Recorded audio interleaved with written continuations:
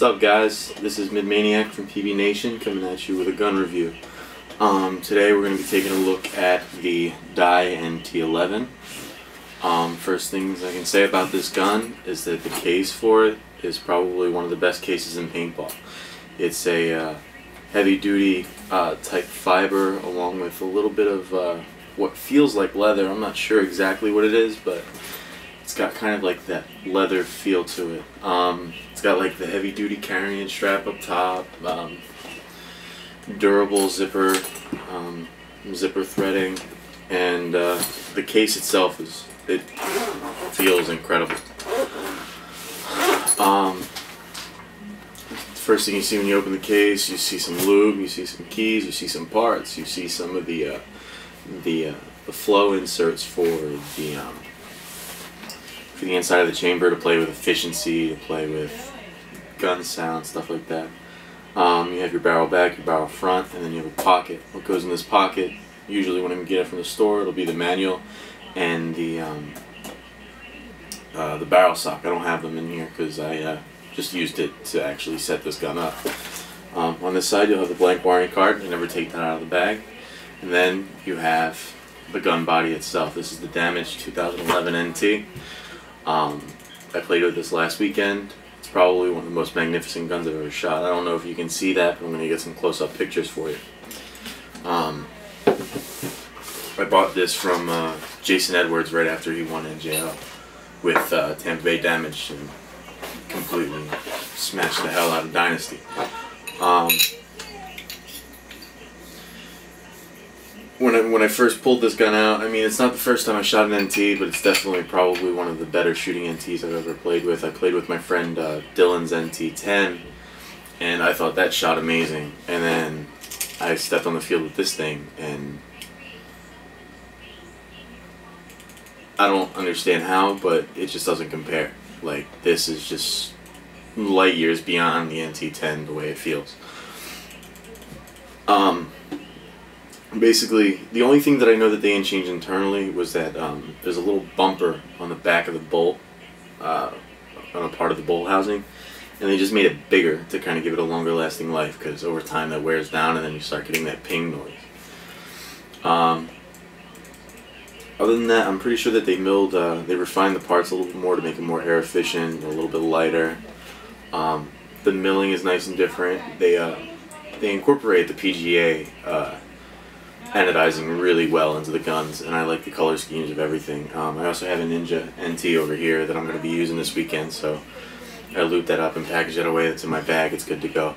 But yeah, I mean, I'm a real fan of these guns. The ergonomics to this gun itself is one of probably the best design in paintball for ergonomics. I mean, you just hold in your hands and it just feels natural. I mean, there's nothing cutting into your hands that just feels comfortable. The way the trigger is exactly where you would want it to be. And I mean, that's just right out of the box. I mean, you can set it up and configure it any way you want. You can have it out far, you can have it in close, you can have little movement, a lot of movement, a lot of choices. The other thing I like is the macro line itself. It doesn't protrude out either way. It's just right in the middle, which is becoming popular these days. I mean, if there is a macro line at all, then it's in the middle. The other thing I can say is it's really, really consistent. I shot it over the chrono at Meadowlands, and it was shooting, I think it gave me 287s and then a 288. So, I mean, really consistent. And that was brand new out of the box. This gun is brand new. It's probably got maybe about a case shot through it, not even. Just amazing gun. The contact points, the rubber pieces here, perfectly put. I mean, you have this gun resting up here, there's a rubber contact here, you like to wrap your fingers around and there's a contact there for it. The rubber piece here, just absolutely incredible. The other thing I like too is that there's no screws on here on the feed neck. I mean, all you do is that you twist the actual locking part of the Q feed neck around to loosen it and tighten it back up. So I mean, there's no tools required. That was the big thing about the NT when it first came out, was that you didn't need tools to operate this gun. You could open this up, you could like unscrew this, you can even get the back cap off without tools. I mean, you kind of want it tight enough to have to use tools because, you know, there's air involved in that part, but it doesn't need to be, which is kind of a neat thing. And the other thing too that they introduced in the first NT was probably one of the most genius ideas, was the get that out, the self-cleaning eye pipe. And as you can see, it's a little dirty because I played with this and I got a couple barrel breaks because not all paint is good paint. We'll talk about that some other time too. I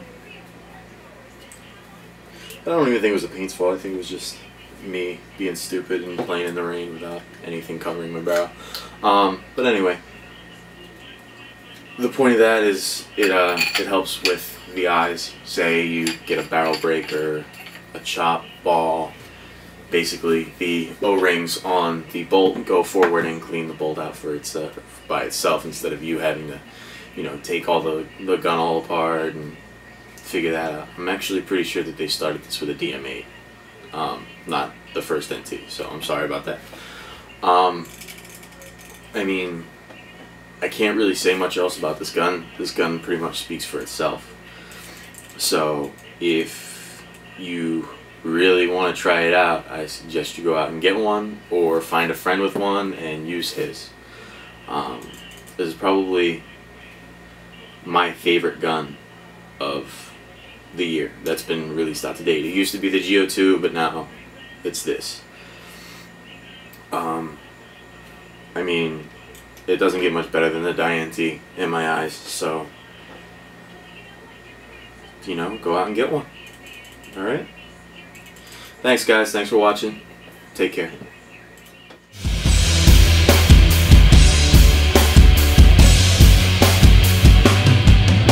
I love the fancy underwear.